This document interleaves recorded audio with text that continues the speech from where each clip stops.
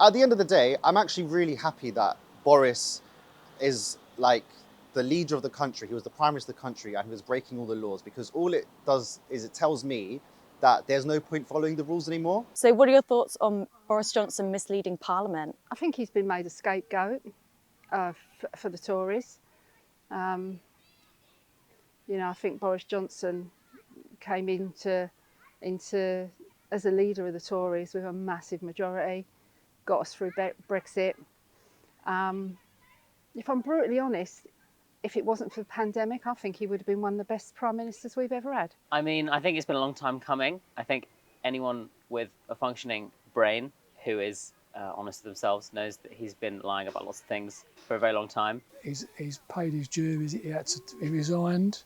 I think he done a really good job during COVID. Him and Rishi, they got to say that. They paid a lot of people to be at home for 2 years, and I was one of them.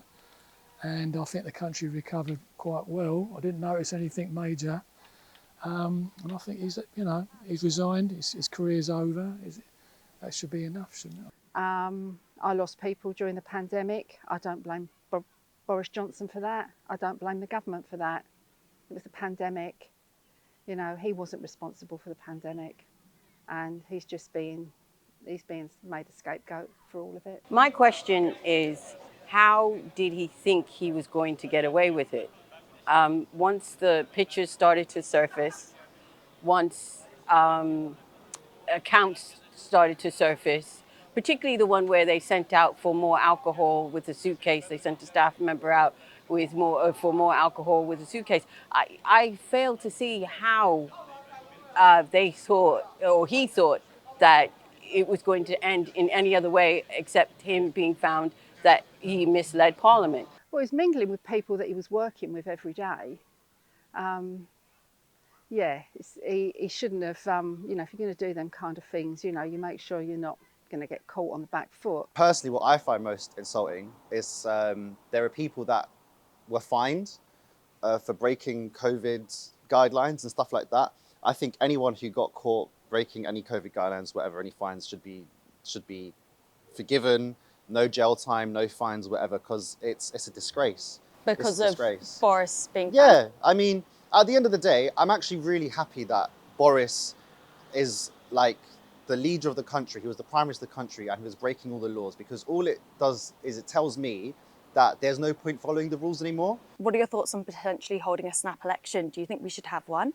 Personally, I don't really know how much would change. I don't personally back Labour to change that much. Certainly they haven't set out their stall as much as I would have liked about exactly what they would do. I think they are, for the last 3 years, very much playing an electoral game where everything they do is designed not to turn people off them rather than turn people onto them.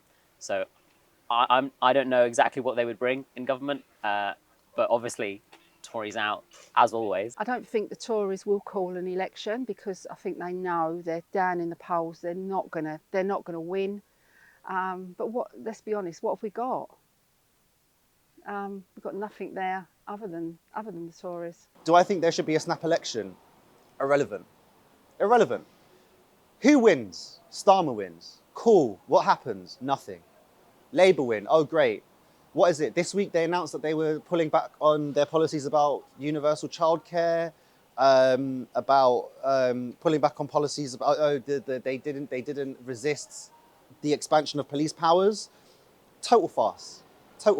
Do you think that another party could do a better job than the Conservatives? I was a Tory voter. I think they're good for business. I think they're good for the country. I'm not quite sure about the Labour Party. I think the Tories are mainly for business, and I thought they was good for the country. So you think they're doing a good job at the moment then? I wouldn't say they're doing a good job. They're making the best of a bad job.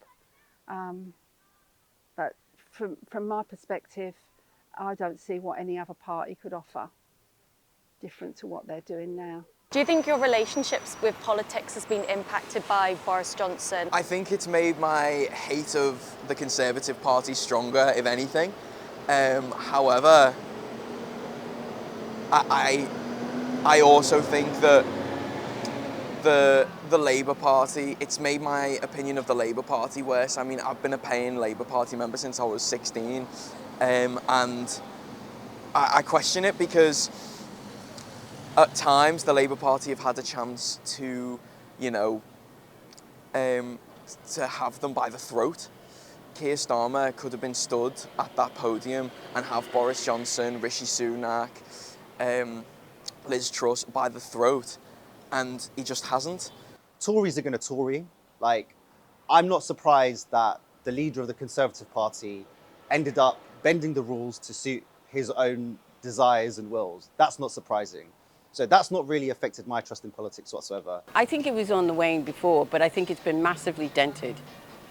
He used manoeuvre after manoeuvre to try to circumvent it, not to quash the inquiry and stuff like that. And people aren't stupid, and treating them like they are is a mistake.